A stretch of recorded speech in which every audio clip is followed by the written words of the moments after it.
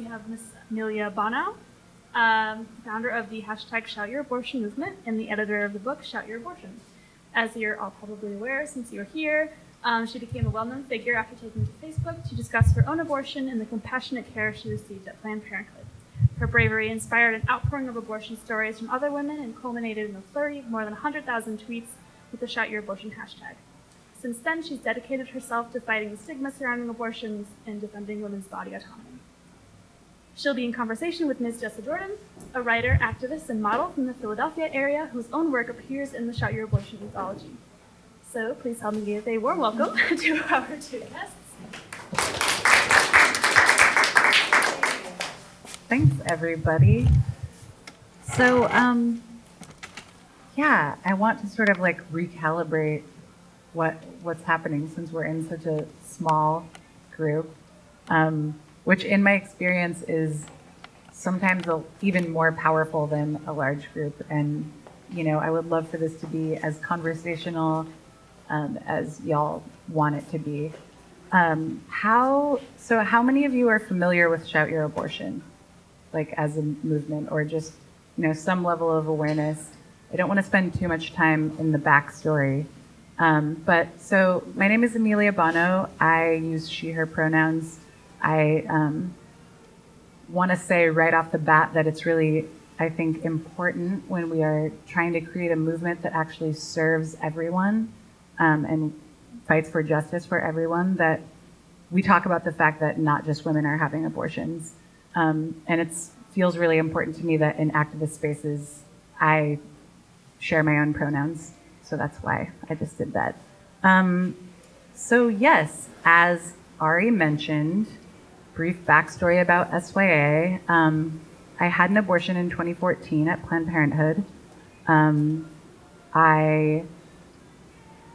When I found out that I was pregnant, I was surprised, and there was a moment of just like shock.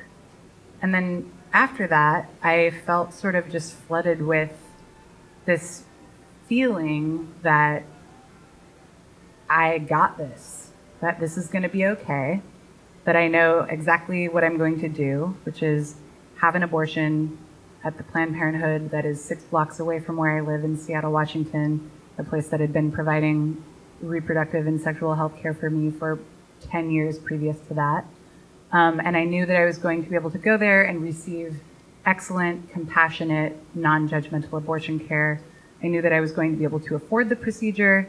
I knew that there weren't any fucked up structural barriers in place. I live in Seattle, where there are pretty much the best abortion laws in the country.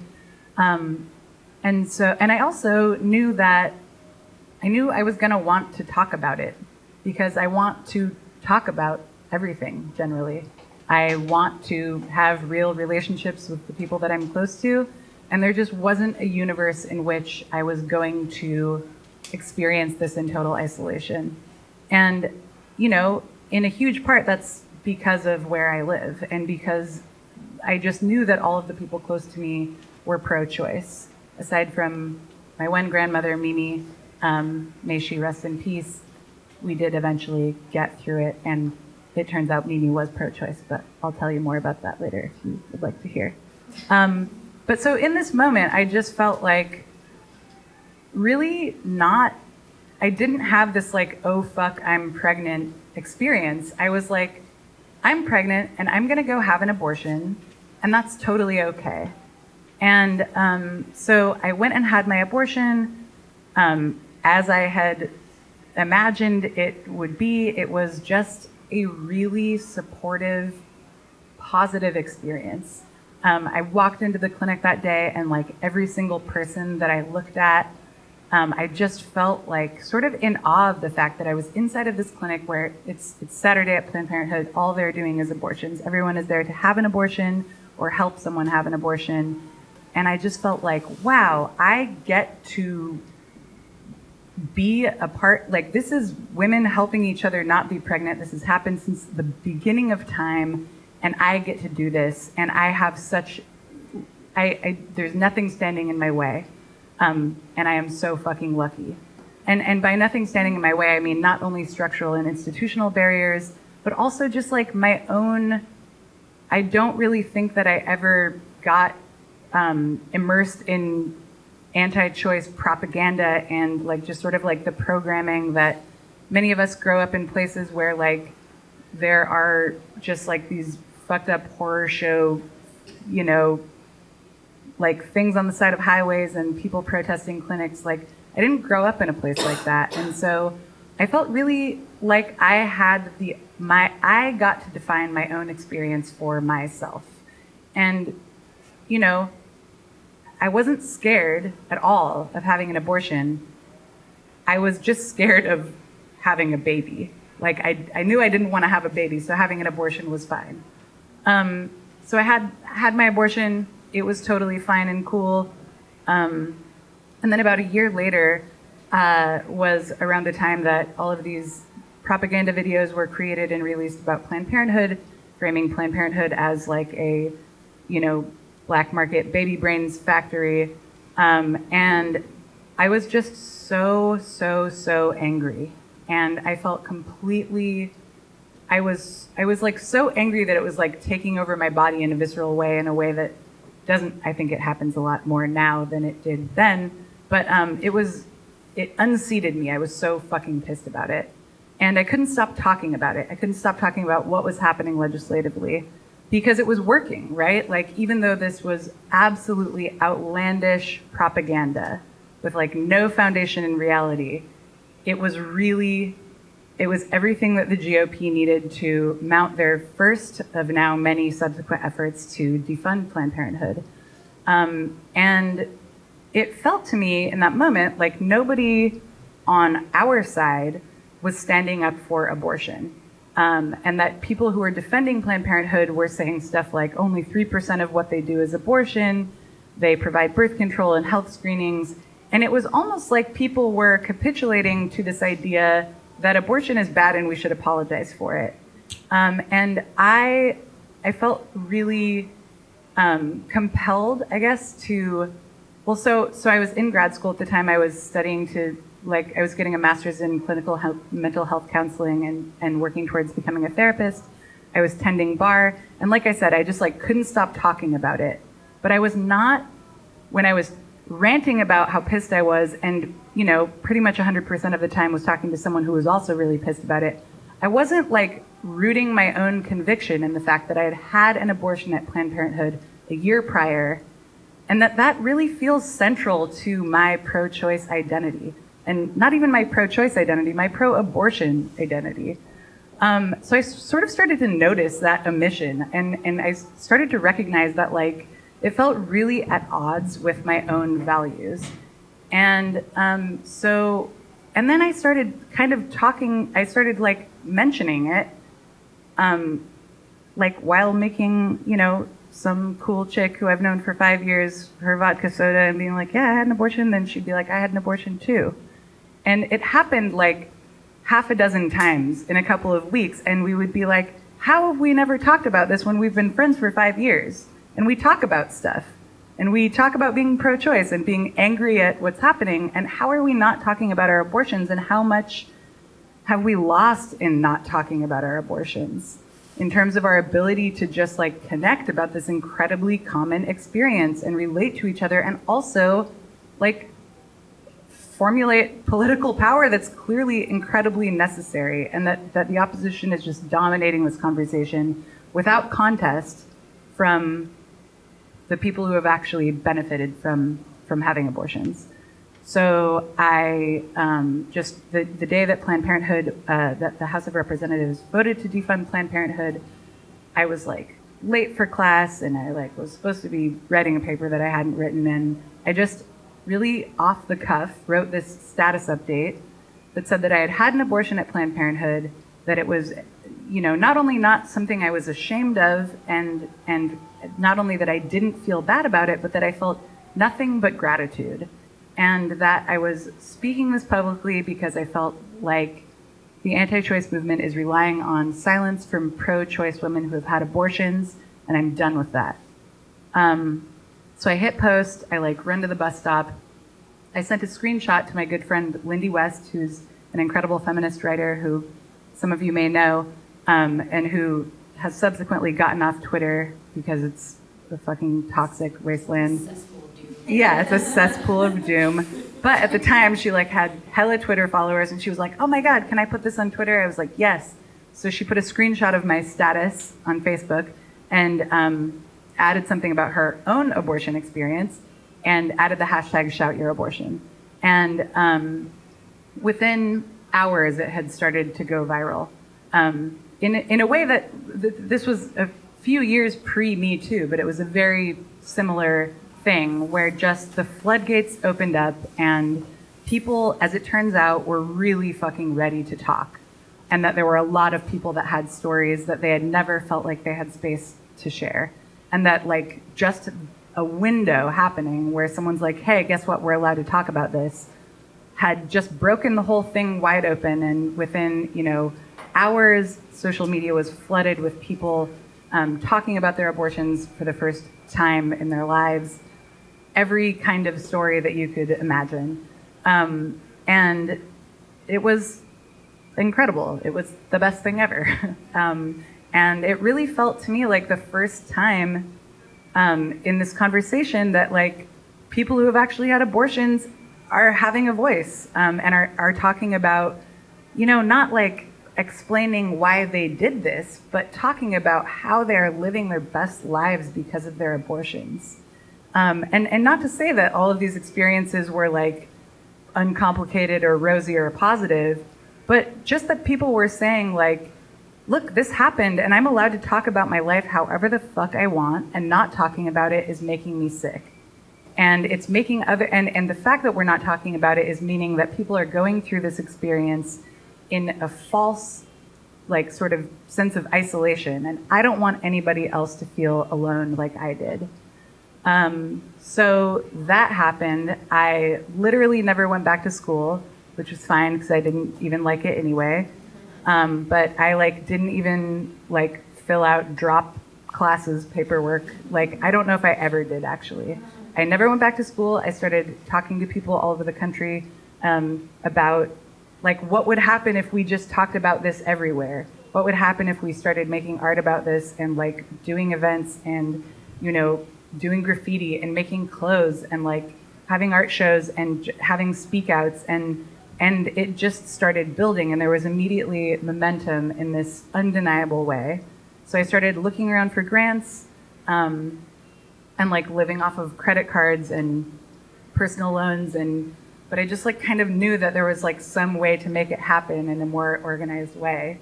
And I was contacted by an anonymous funder who offered a large grant to like operationalize what this thing is for a year.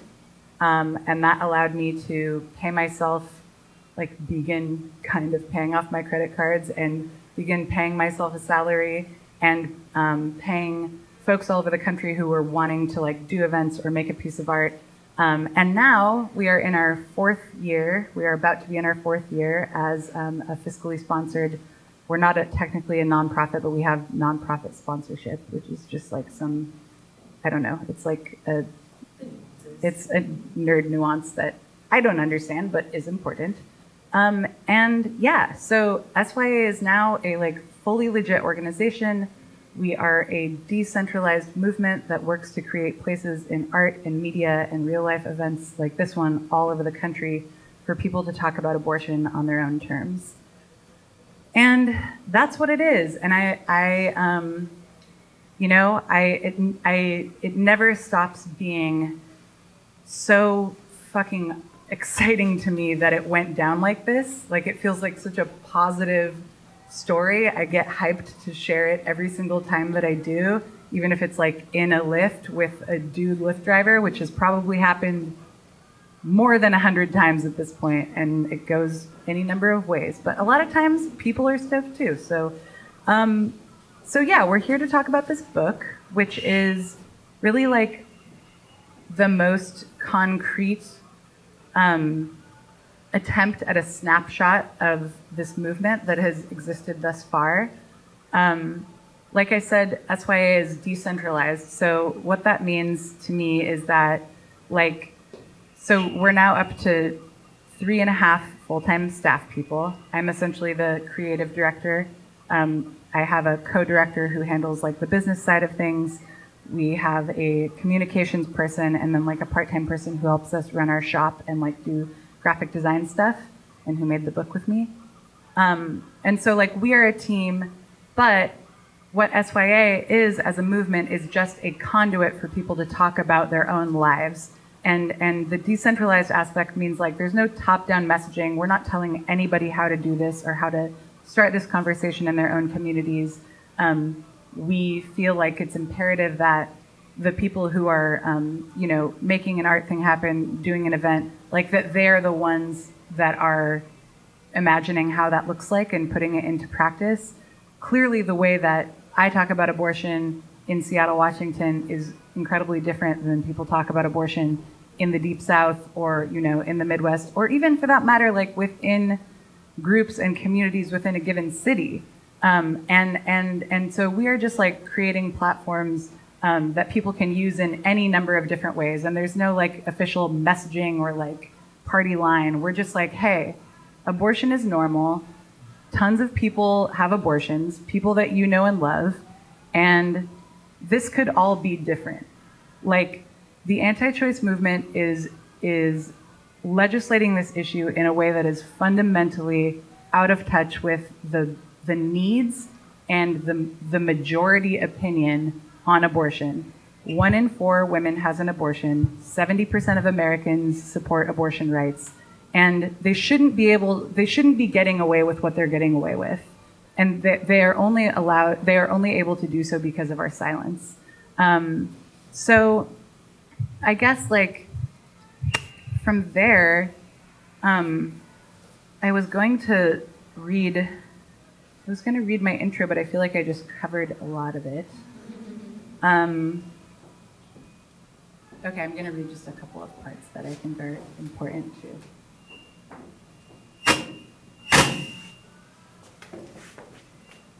So also a note about this book. In creating this book, it was really important for us to represent like as many kinds of stories and kinds of people as we possibly could. And clearly, like, there's no possible way to put together a book and be like, okay, this is abortion, because there are just an infinite number of stories. But we knew that in order to do the best that we could, we wanted to first start from geographical diversity because those structural barriers that I talked about and because just someone's cultural context, like I think really determines their experience above all else. You know, the fact that I didn't even have to think about money or about walking through a gauntlet of protesters or about a 24-hour waiting period, like that made me feel like I could define my own experience. And it would be totally insane if we just like put together a book that didn't include people that you know, live in the Deep South and people that had to hustle for money that they didn't have to pay for their abortions. And so there are 43 stories in this book from people in 10 different states, ranging in age from 17 to 85. There are people that have had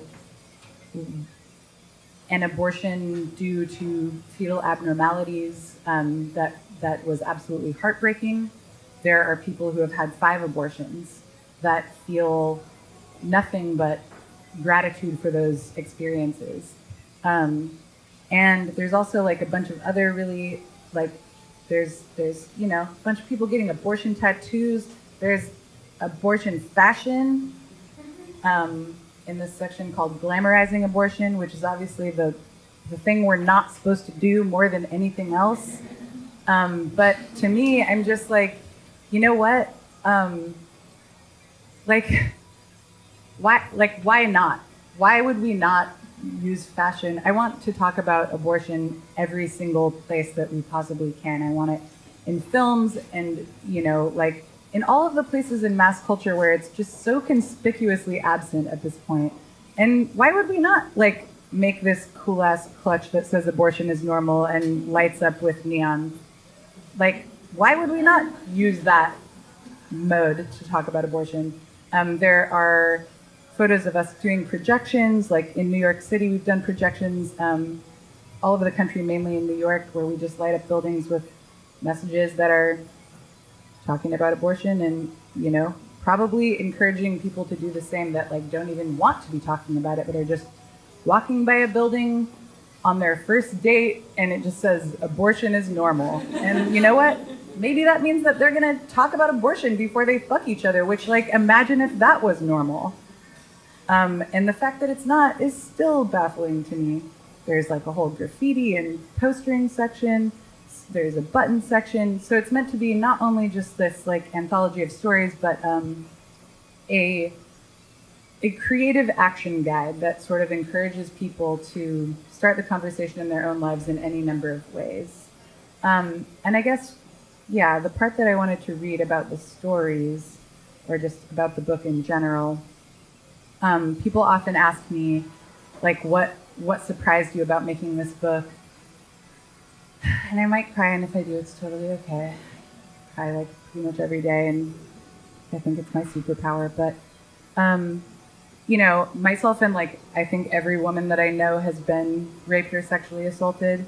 And at the same time, when assembling this book, it astounded me that probably like 70% of the stories in this book include some element of rape, abuse, domestic violence as like a core part of the story. And yeah, it was a lot. And so I'm going to read a little bit that talks about that. Abortion has been a normal part of reproductive life since the beginning of time. Why wouldn't it be? It's easy to get pregnant, it's very difficult to raise a baby, and terminating a pregnancy is generally not risky or complicated. 1 in 4 women in America have had at least one abortion at some point in their lives. Having an abortion is significantly more common than having braces, getting breast cancer, or struggling with infertility. The people having these abortions are the people in your life. The fact that so many of us have never talked about abortion with somebody who has had one is nothing short of astounding. Then again, this society represses everything. We are shaped by all sorts of things we're not supposed to talk about, and not talking about any of it has made us sick. When we don't talk about the things we've been through, our lives don't necessarily make sense to ourselves or to other people. When nobody talks about these things, our perception as a culture becomes warped. Without real human touchstones, situations that we haven't experienced ourselves become unimaginable. People do not find empathy in a theoretical exercise.